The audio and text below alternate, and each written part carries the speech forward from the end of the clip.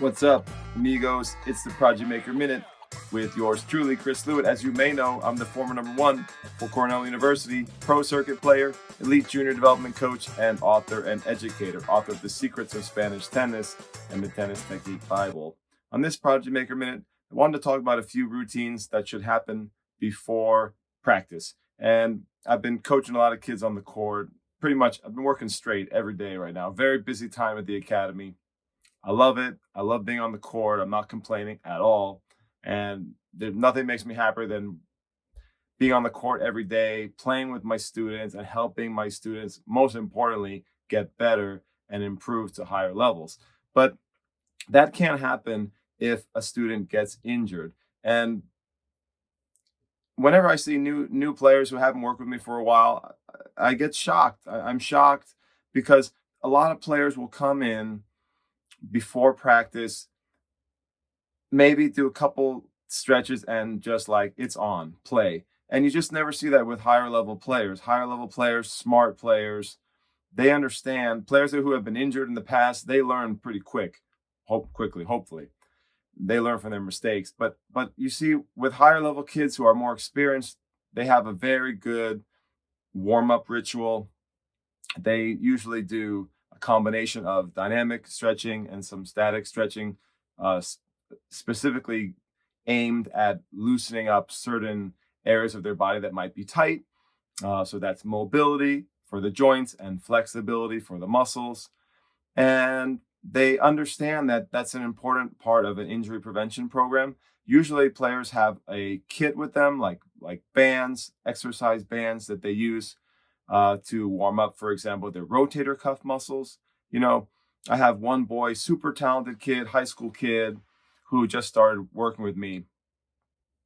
And this guy is a great athlete. I'm super excited to help him, but I'm a little nervous because he's stepping up his training, getting more serious, and he doesn't really do any prehab. He doesn't have a good warm-up routine. He doesn't even know what the rotator cuff is. And most kids don't. The kids that come to our camp, we force them to learn some anatomy and physiology.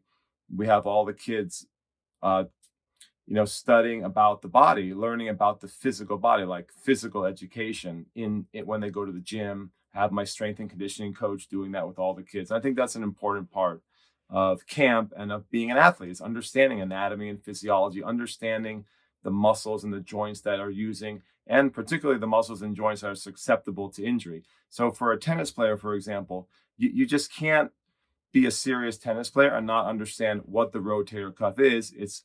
It's a series of basically four small muscles that support the shoulder joint. You got the supraspinatus, the infraspinatus, the teres minor, and the subscapularis. I mean, the reason I know that is because I'm just studying exercise science and kinesiology. And this is something that I sort of like to talk with my students about. You should know what those four muscle groups are, and you should understand how they support the glenohumeral joint, the shoulder joint. You should understand that those muscles, at a minimum, you should just understand that they're at high risk of getting injured, whether that's inflammation or getting a tear, a small tear or a serious tear. There are other inflammations that can happen in the shoulder joint as well, near and surrounding the rotator cuff muscles. The tendons can get inflamed there. There's just a lot of problems that can happen when you're hitting a lot of tennis balls and trying to become a great player. So it's just unacceptable to come to a practice and not warm up your rotator cuff before you play. And on the flip side, at the end of practice, or when on your exercise days where you're doing off-court strength and conditioning, going to the gym, you're doing off-court training or at-home training, you should be doing some sort of prehab routine to strengthen your rotator cuff. And there's some other basics too. Like I always tell kids, you should have a good core program.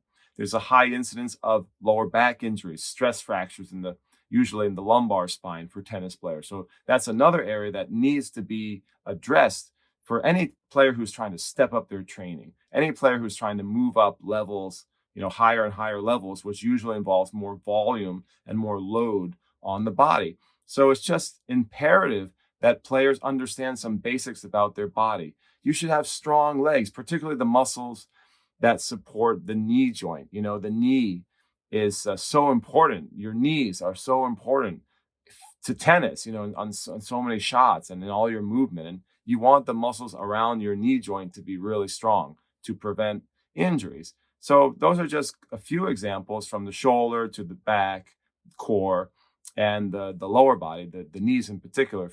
You know, those areas need to be strong. And most players that come to me, if they haven't been with me for a while, if they've been my student for a while, you know, they're very well schooled about taking care of these things and warming up these areas.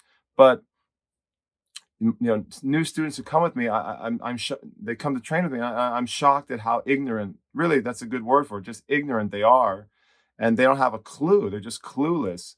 And I think a lot of kids out there are the same way. And so I would just submit to you guys, make sure you train at least those areas. Make sure you have a good warm-up routine. Never just step on a court and start smacking balls. It puts you at a higher risk of injury. And you're just not going to play well either. I remember one of the first lessons when I started training with my old coach, Gilad Bloom, the great Israeli pro, former Davis Cup player for Israel. And he would just take me through his warm-up routine that he used to use on the pro tour. And it was awesome. Like, I loved it. I learned his professional warm-up routine, all the stretches and dynamic movements. And I remember Gilad always telling me that you should feel, quote unquote, buttery before you play. You should feel very, very loose and warm. All of the muscles and joints should be warmed up. You should raise your body temperature and you should feel buttery. And it always stuck in my mind, like, yeah, like, you need to, if you want to perform well, I mean, put preventing injuries aside for a moment. You want to prevent injuries, but if you want to actually play well, if you want to hit the ball big with good spin and good power, if you want to serve your best, you need to be supple, buttery, elastic. And if you're stiff and tight, you're just going to play shitty. You're just not going to play good tennis. And that's another aspect that I think most kids, they don't have a clue. You know, they step on the court tight, and then they'll, you know, half an hour into practice, they'll be like, I'm not playing good today.